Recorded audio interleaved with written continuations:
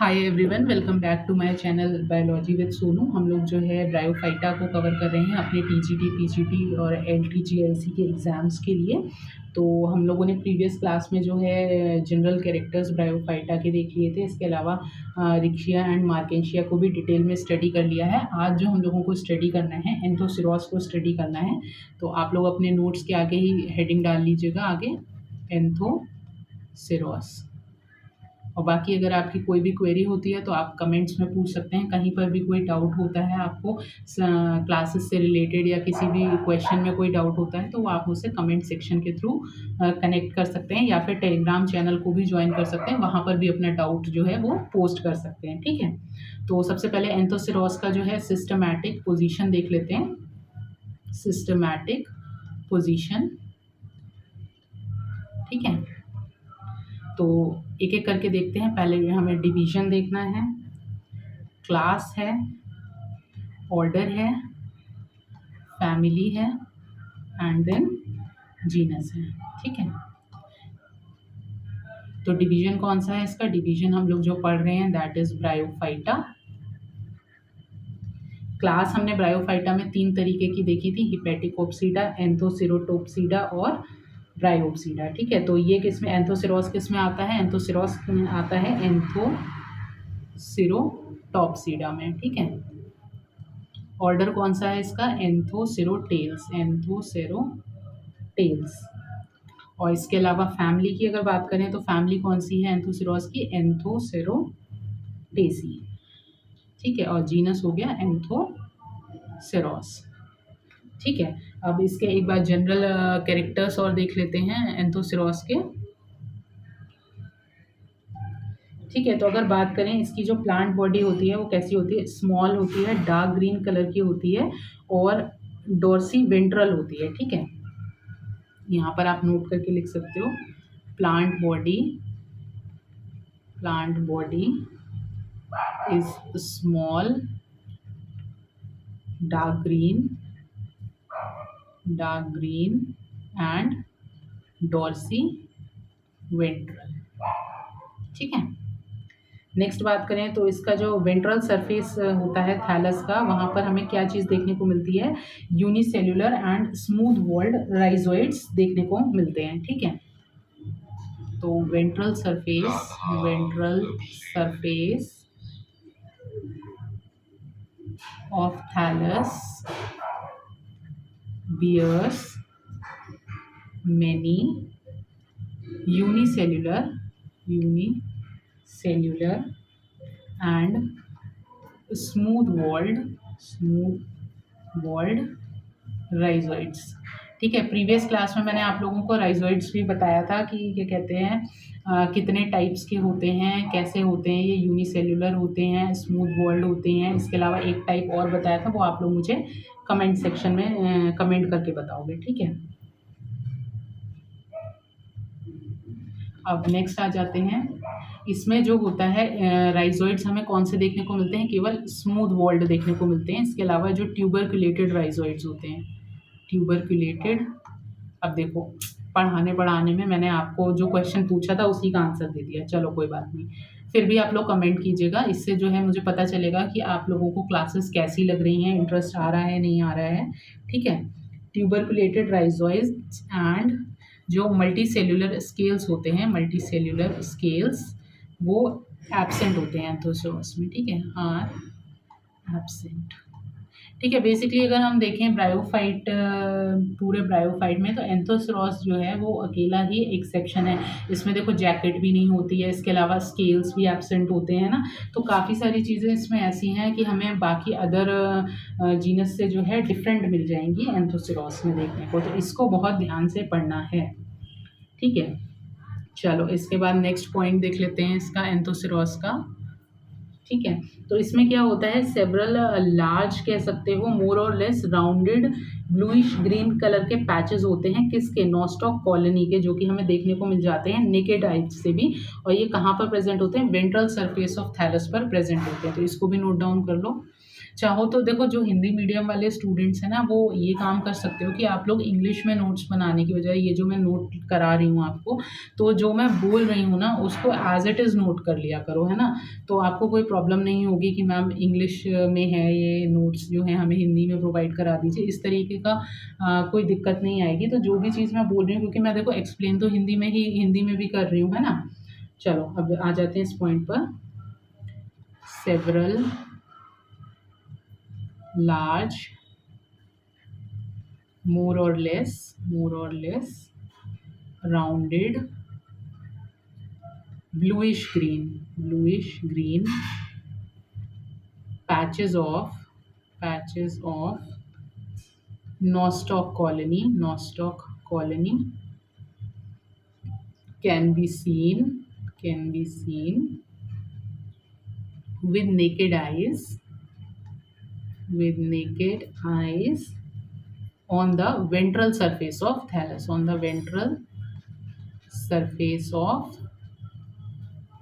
thallus, ठीक है। इसके अलावा प्रेजेंस ऑफ पायरिनॉइड बॉडी में हमें देखने को मिलता है क्लोरोप्लास्ट के मिडिल में, और ये जो है एक स्पेशल फीचर है एंथोसिरोस का, ठीक है। नेक्स्ट लिखो, presence of pyrenoid body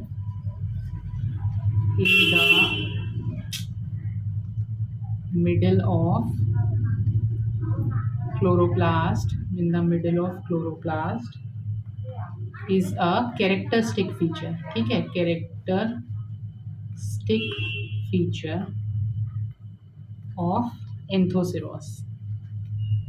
Anthoceros, ठीक है। नेक्स्ट इसमें जो इम्पोर्टेंट पॉइंट है कि ये जो रिप्रोड्यूस करते हैं वेजिटेटिवली एंड सेक्सुअली रिप्रोड्यूस करते हैं, ठीक है।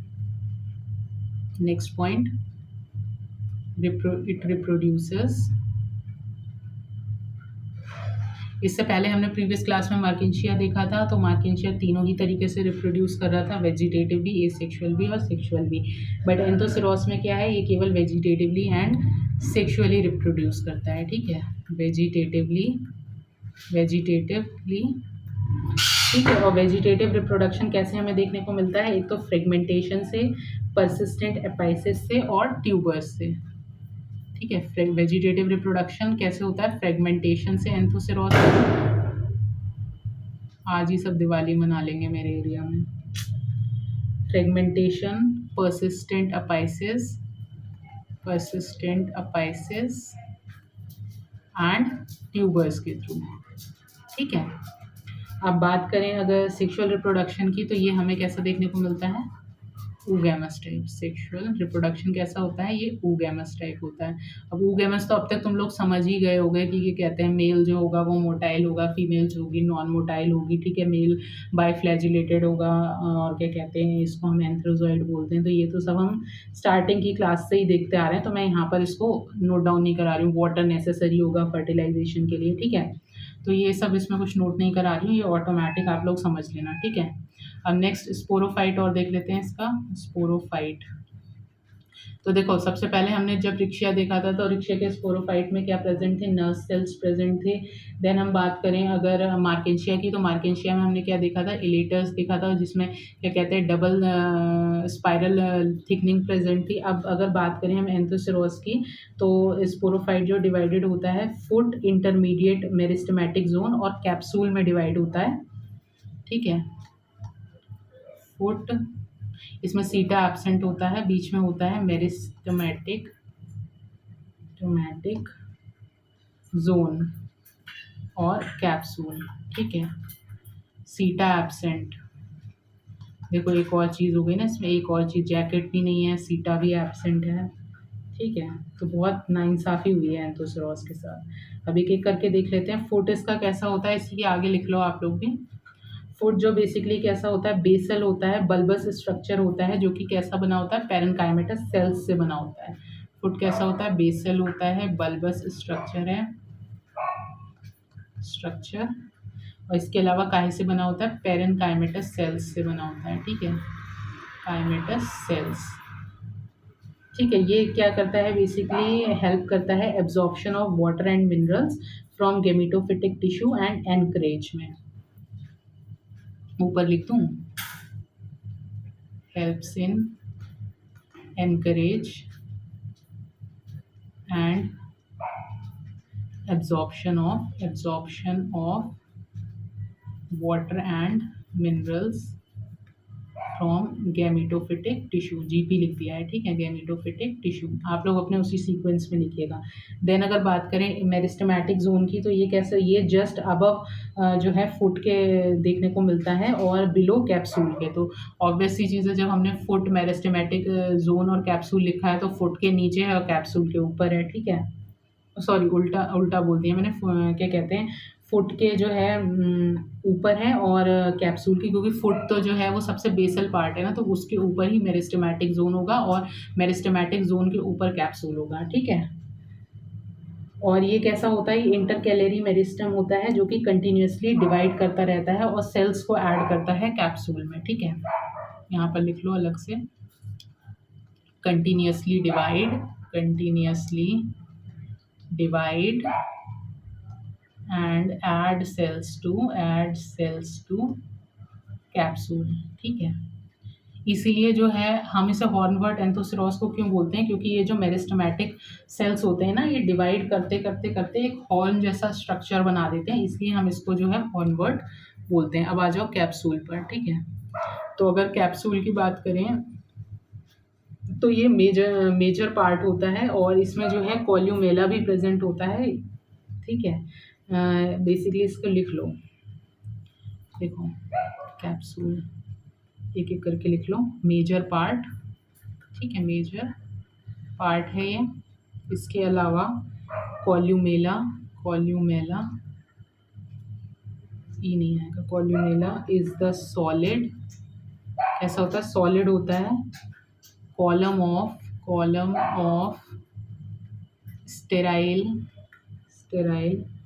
tissue found in the center of capsule, ठीक है, found in the center of capsule, ठीक है। कॉल्यूमेला क्या करता है बेसिकली, ये प्रोवाइड करता है मैकेनिकल सपोर्ट,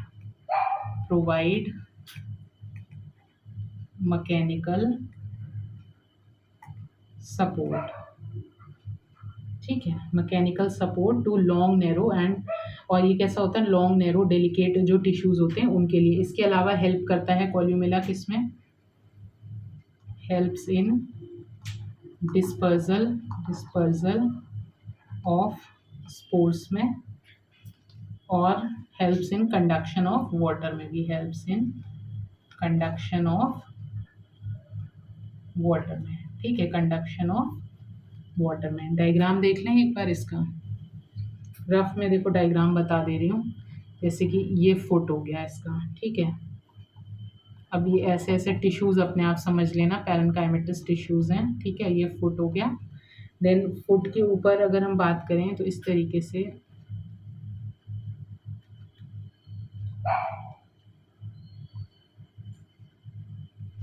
देखो स्क्रीन पे इतना अच्छा तो डायग्राम नहीं बन पा रहा है मुझसे, बट समझ जाना। ये सबसे ऊपर वाला क्या हो गया, ये पार्ट हो गया कैप्सूल, ठीक है। ये बीच का पार्ट हो गया इंटरमीडिएट मेरिस्टेमेटिक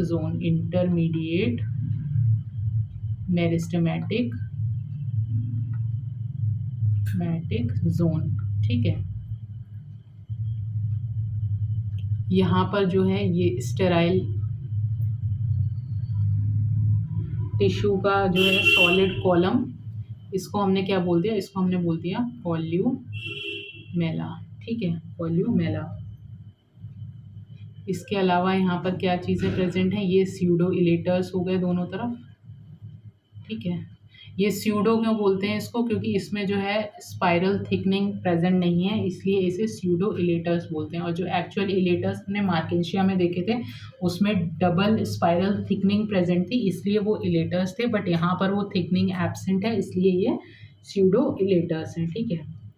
इसके अलावा यहाँ पर स्पोर्स प्रेजेंट है। अब देखो अलग अलग कलर से नहीं बना रही हूँ, एक आप लोग इससे समझ जाओ, इतना सिंपल वे में डायग्राम बना रही हूँ, ठीक है। सेम इसी तरीके से जो है ये पूरा स्पोर मदर सेल का यहाँ ये पूरा टिश्यू रहता है, ठीक है। ये पूरा हमारा जो है डायग्राम हो गया, जिसमें हमने फुट, इंटरमीडिएट, मेरिस्टेमेटिक जोन और कैप्सूल देख लिया। तो यहाँ पर हमारा जो एंथोसिरोस है वो कंप्लीट हो जाता है। अब नेक्स्ट, अभी तो टाइम है ना, 15 मिनट्स ही हुए हैं क्लास को, हम लोग आज स्फेग्नम को भी कंप्लीट कर ही लेते हैं ना, फिर फ्यूनेरिया बचेगा और नेक्स्ट क्लास में देख लेंगे। आ जाओ नेक्स्ट हेडिंग डाल लो, स्फेग्नम। स्फेग्नम भी कोई ज़्यादा बड़ा है नहीं, इससे बस वही 2 4 5 क्वेश्चन ही आते हैं। तो सबसे पहले हम देख लेंगे इसका सिस्टमैटिक। देखो सिस्टमैटिक पोजीशन इसलिए याद रखना क्योंकि टीजीटी पीजीटी में, पीजीटी में बेसिकली क्या होता है, कई बार ऑर्डर आपसे पूछ लेते हैं ना कि ये जो पर्टिकुलर जीनस है इसका ऑर्डर क्या है, इस तरीके से। तो सिस्टमैटिक पोजीशन ध्यान रखने वाली चीज़ है। Division, class, order, family, genus, ठीक है।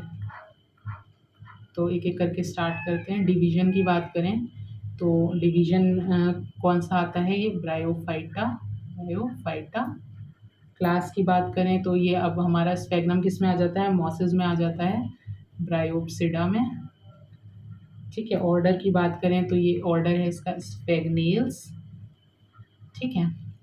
और फैमिली की बात करें तो स्फेग्नेसी,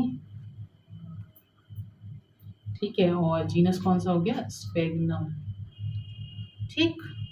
चलो आ जाओ, अब इसके भी जनरल कैरेक्टर्स कुछ देख लेते हैं। तो सबसे पहले तो कॉमन नेम ही देख लेते हैं कि इसको हम क्या बोलते हैं। कॉमन नेम से स्फेग्नम के बहुत बार क्वेश्चन आया है, तो यहाँ पर लिख लो also known as, also known as. मेरी क्या आदत है, मैं शॉर्ट में ना ए लिख देती हूँ, बट अब जो है इन क्लासेस की वजह से जो है पूरा लिखना हो रहा है, वरना अदरवाइज मोस्टली मेरी आदत है मैं शॉर्ट में ही लिख देती हूँ। चलो एक एक करके नाम लिख लेते हैं। बॉगमॉस, ठीक है। स्टार्टिंग जब ब्रायोफाइटा की हुई थी तो मैंने आप लोगों को सारे ट्रू मॉसेस भी लिखवाए थे, ठीक है। तो कमेंट सेक्शन में बताइएगा ट्रू मॉसेस मैंने कौन कौन से बताए थे, ठीक। बॉगमॉस बोलते हैं इसको, पीट मॉस बोलते हैं, टर्फ मॉस बोलते हैं, ठीक है। ये सब जो नाम है ये किसके हैं, ये स्फेग्नम के ही हैं, ठीक है। चलो अब इसकी प्लांट बॉडी की बात करें अगर, तो यंग प्लांट बॉडी कैसी होती है, upright stem, leaves and rhizoids में डिवाइड होती है। यहाँ से यानी कि स्फेग्नम से थोड़ा थोड़ा ऐसे होने लगा है कि जो थैलॉइड स्ट्रक्चर था ब्रायोफाइट का, वो उसमें थोड़ा थोड़ा स्टेम, लीव्स जो हैं वो चीज़ें देखने को मिलने लगी हैं, ठीक है। तो यहाँ पे लिख लो young plant body, young plant body divided into 3 चीज़ में, किसमें, अपराइट स्टेम, लीव्स। अगर कहीं पे बीच में राइटिंग ना समझ में आया करे ना आप लोगों को तो पूछ लिया करिए कमेंट्स में, या फिर वीडियो को पॉज करके वापस से देख लिया करो। तो क्योंकि जो भी चीज़ मैं लिख रही हूँ वो ऑब्वियसली बोल तो रही हूँ, है ना। तो आप लोगों के लिए ये भी एक प्लस पॉइंट है कि या तो आप केवल स्क्रीनशॉट भी अगर लिखने का भी आप पे टाइम नहीं है तो आप केवल स्क्रीनशॉट भी ले करके रख सकते हो और इसको रिवाइज कर सकते हो लास्ट मोमेंट पे, ठीक है। अब राइजोइड्स की अगर बात करें तो राइजोइड्स जो है हमें यंग प्लांट में तो देखने को मिलते हैं, बट स्फेग्नम का जो एडल्ट प्लांट होता है उसमें हमें राइजोइड्स देखने को नहीं मिलते हैं, ठीक है। तो यहाँ पर नोट बना करके एक लिख लो, नोट, इन एडल्ट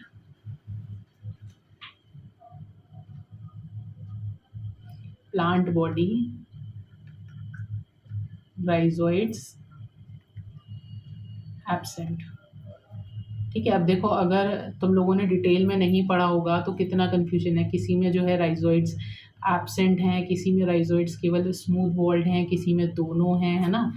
किसी में स्केल्स प्रेजेंट हैं, किसी में स्केल्स एब्सेंट हैं। तो जब तक डिटेल में चीज़ें नहीं पढ़ोगे वो माइंड में कन्फ्यूजन बना रहता है। इसलिए मैंने तुम लोगों को जो है पिछली क्लास में कंपेरेटिव स्टडी करवा दी है कि एक वो पर्टिकुलर चार्ट आपको याद करना है, उसके बाद आपका कन्फ्यूजन इस चीज़ पे तो नहीं होगा एटलीस्ट, ठीक है। राइजोइड्स हो गए। अब स्टेम इसकी कैसी होती है, देखो next point, stem is poor in conduction and good at storage. ठीक है।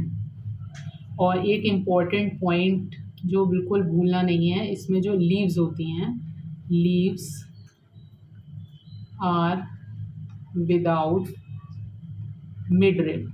ठीक है, स्फेग्नम की लीव्स कैसी होती हैं? Without midrib. इसके अलावा कुछ स्पीशीज़ जो होती हैं स्फेग्नम की, उसमें कॉर्टिकल सेल्स प्रेजेंट हो, कॉर्टिकल सेल्स जो होते हैं वो इलोंगेट होकर के बॉटल लाइक स्ट्रक्चर बना लेते हैं, जिन्हें हम रिटॉर्ट सेल बोलते हैं। ठीक है, ये भी चीज़ नोट कर लो।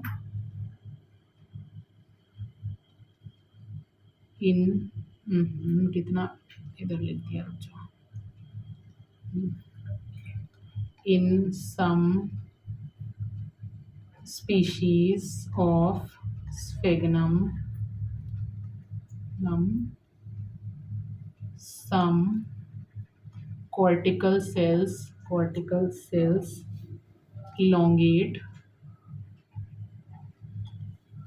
as bottle like structure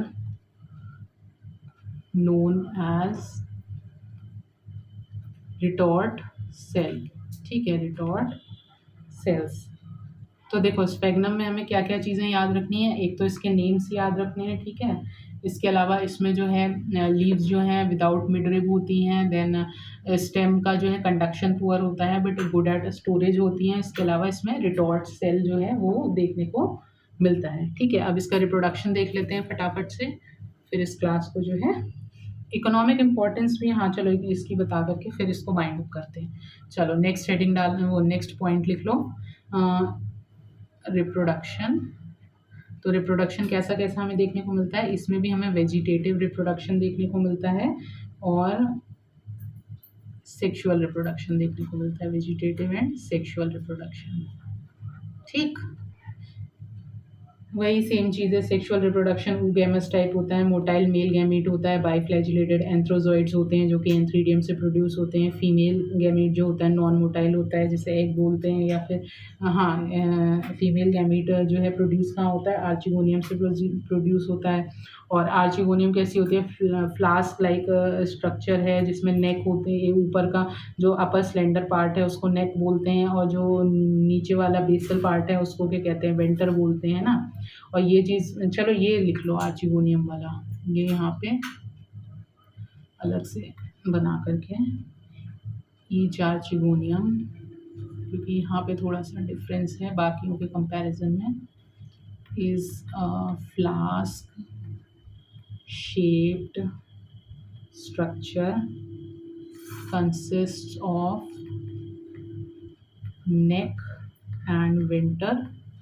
ठीक है, अब नेक में लिख लो, देखो नेक consist of 8 to 9 neck canal cells and venter consists of a venter canal cell and a egg cell। ठीक है, ये ध्यान रखना पूरा।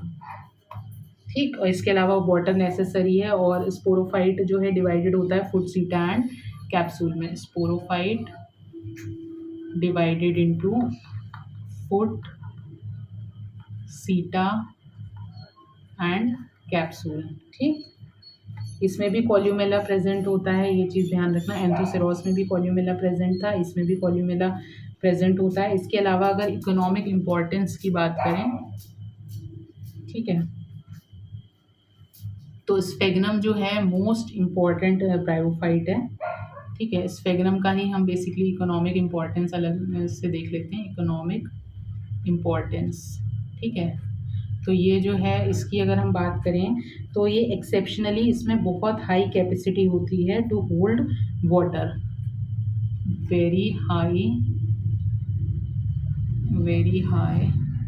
कैपेसिटी टू होल्ड वाटर, यानी कि अपने वेट से, ये अपने ड्राई वेट से मोर देन 200 टाइम्स। ठीक है, अपने वेट से, ड्राई वेट से।